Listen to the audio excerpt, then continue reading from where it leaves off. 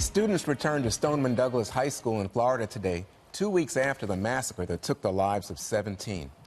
Today, we have breaking developments on the investigation. Florida's House has issued subpoenas to the Broward County Sheriff's Office, school board, and several local governments in its evaluation of what went wrong.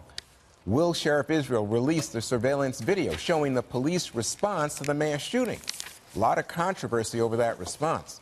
Meanwhile, over in our nation's capital earlier, the president sat down with members of Congress from both sides of the aisle to discuss changes to our nation's gun laws.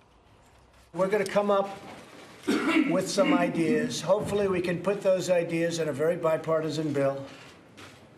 It would be so beautiful to have one bill that everybody could support. We have to do something very decisive. Number one, you can take the guns away immediately from people that you can judge easily are mentally ill. I don't want mentally ill people to be having guns. You know, you rate movies for different things. Maybe you have to also rate them for terror, for what they're doing and what they're all about. Some of you people are petrified of the NRA. You can't be petrified. They want to do what's right, and they're going to do what's right. I really believe that. Kimberly, so the president came up with some basic ideas, like not selling guns to people under 21. He wants more of a universal, not quite, but better background checks. And then there's the question sitting out there about assault weapons. What do you think? Yeah, well, I think that, it makes sense. When you sit home and you listen to this and you think about the perspective of, we would like some uniformity and conformity in terms of background checks. We would like all the states to have somewhat of a similar background check that is thorough, that's comprehensive, and then people actually comply with that by turning in the information, updating the database to make sure that it is current and active. It really calls for that because it's so important in terms of a public safety perspective, and to make sure that people, if they are troubled and they're having issues, that the most recent information is compiled and uploaded in the system to be available to law enforcement, to different agencies, to mental health care professionals, to know who they're dealing with.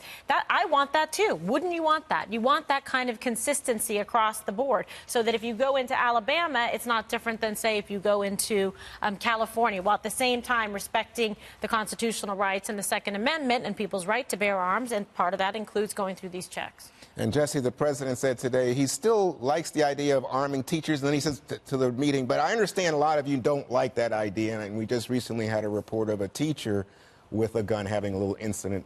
I think it was in Georgia. So where do you think that stands?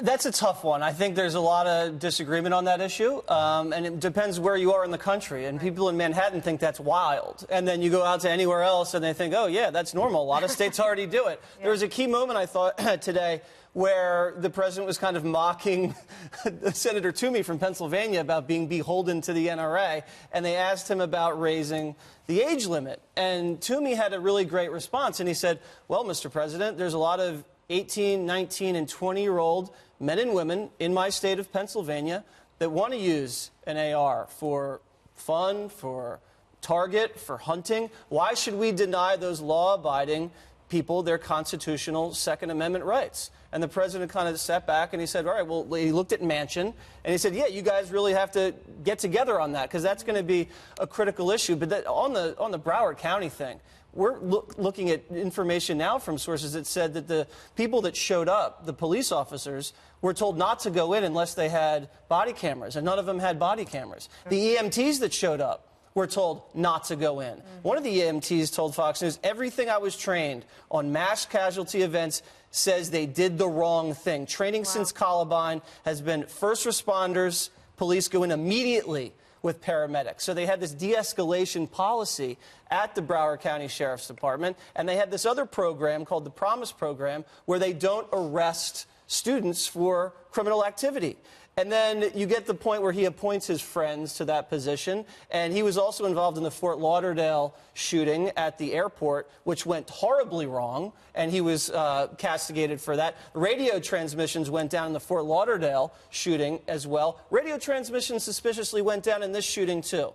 And now he's saying that they called the house 23 times, we responded. Turns out it was twice that. This guy, this sheriff, is a real villain. And I don't like what he's done, how he's conducted himself.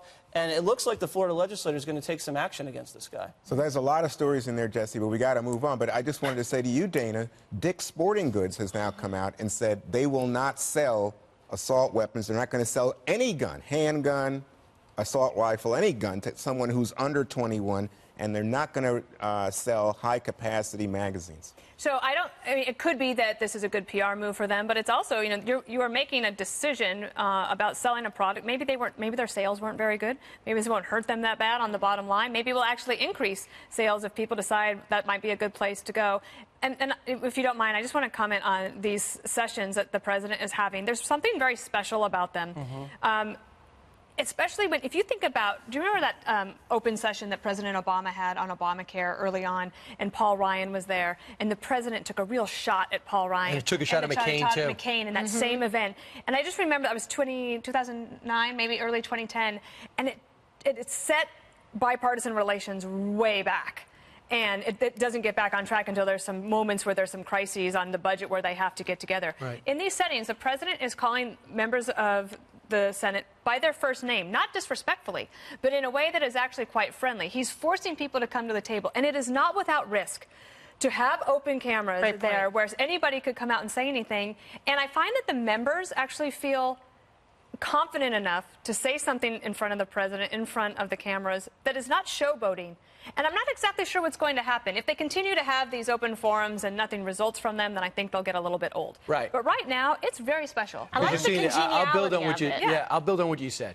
What's most important, I think, is the conclusion at the end. He says, I like Manchin Toomey. When Steve Scalise put his hand up and says, I want to get concealed carry in that, he goes, Steve, I'm your biggest fan, but that's never going to work. Not on this bill. Right. I want to go back to that. Then Dianne Feinstein, he goes, hey, can I get weapons of war involved in that? And he goes, guys, what do you think? They're like, I don't know. He goes, Mr. President, if you tell them, they'll do it. And they all laugh. And to tell you the truth, this makes me realize, if you could follow me on this, why The Apprentice worked. Because the boardroom was actually real. That's the way he conducts his life. So they would edit that and do a good job on it. But for the most part, those celebrities sat in front of him, and or the real people, and that's how he acts. Imagine if you could fire them. So this communications team, once a day over the last 4 days, has sat all these people around him and said, Mr. Trump, Mr. President, be Mr. President. And he sat there. And I remember Joe Manchin said, I don't like being senator because I really don't do anything. He's like, I can't get anything done. As governor, I got to do things. Now, he's in the game. He just said now, before we walked out, if he was president, if this was our president in 2013, we would have got stuff passed after Sandy Hook. Wow. That's a Democrat from West Virginia. I know he's got to get reelected, but still, it was unsolicited. Well, I think a lot of people would like to know the president's positions, but I hear what you're saying. This is the president's style, is to say, you guys, we want to get something done. He's Give not me a something. micromanager. Well, and definitely the senators not. like that. I think it probably will work better. Well, let's see what happens.